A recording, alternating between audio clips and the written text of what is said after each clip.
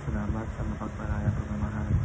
Welcome to our 365 daily devotion of Mose Alexander Gomez from batch 3. Ang topic po na tatalakay natin ngayon ay kamali ba si Jesus sa kanyang propesya?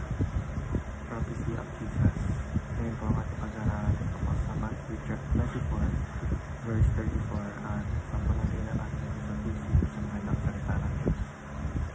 Nasabi dito na, truly I tell you, this generation will certainly not pass away until all these things have happened. Or sa Tagalog, katotohanan ang sinasabi ko sa inyo, hindi lilipas ang lahat nito hanggang sa maganap ang lahat ng mga bagay na ito.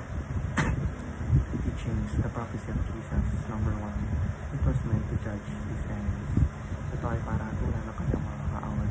Pinapakita ng talatang ito na si Jesus ay hindi lamang dumating para magligtas, kundi para rin maghatid ng katarungan laban sa mga tumatanggi at kumakalaban sa kanya. Ang paghuhukom na tinutukoy ay kaugnay ng pagkawasak ng Jerusalem noong AD 70 bilang tandaan ng katuparan ng kanyang sinabi. Teaching number 2. It was fulfilled in the first century. Natupad ito noong unang siglo.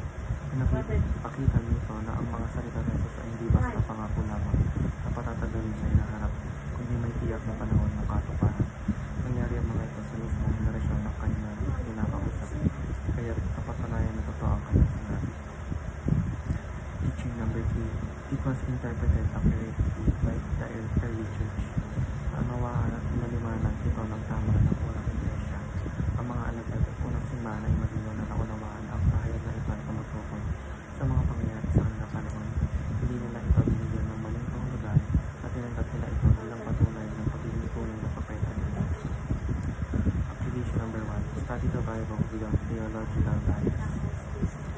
Pag-aralan ng Biblia ng walang theological na pagkiling. Huwag natin hayaan ang ating salita ng denominational na doktrina ang magdikta sa pagbabasa natin ng kasulatan. Salit, basahin ito ng bukas ng isip at hanggang tanggapin ang malinaw na mensahe nito ay sa konteksto. Application number 2. Know that the Bible does not teach pessimism. Alamin na ang Biblia ay hindi tuturo ng puro pessimism. Pagkaman, tinatalakay nito ang kasamahan at paghuhukom. Pinapakita rin nito ang pag-asa at tagumpay ng Ebanghelyo.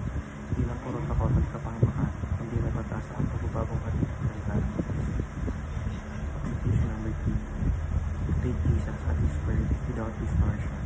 Tanggapin ang salita ni Jesus nang walang damaktot na interpretasyon.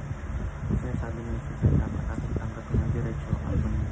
Hindi binabago o dinadagdag na upang umayon sa ating